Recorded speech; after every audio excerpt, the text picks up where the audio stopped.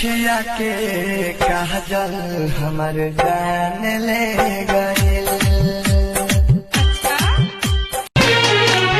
रोजा जाके सुत जल दूरा भोला कही सब नहीं पूरा जरता जवनिया के रहला हो। रोजा कर मिलल रतिया हो गोरी कैसे फुलल बतिया हो। हमें नाही जननी ऐसे होला हनीमून रे कि मुआ ना मार के कोइले बसून दुनु बैलून रे।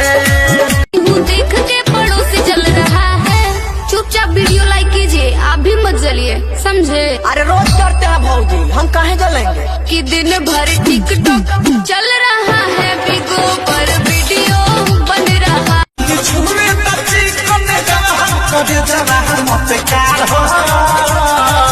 केहू और के बानी फिलहाल, केहू और के बानी फिलहाल, खिलाई नमक मारो। प्यार कहने के पहले बुझाइल नहीं, समझावल दिमाग में तैयार नहीं। बड़ी अजीब सी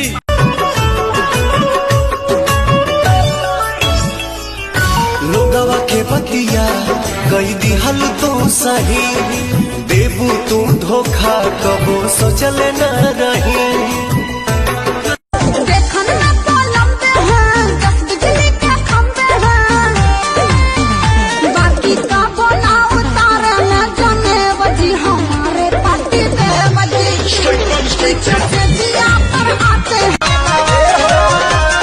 कहरा जवानी के बांधी दिगी गोरी कवनो बोझा, ऐसा नजरिया लागी की कवनो उतारी न ओझा।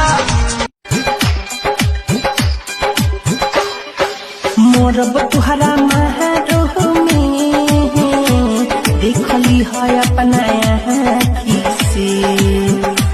अरे मोरब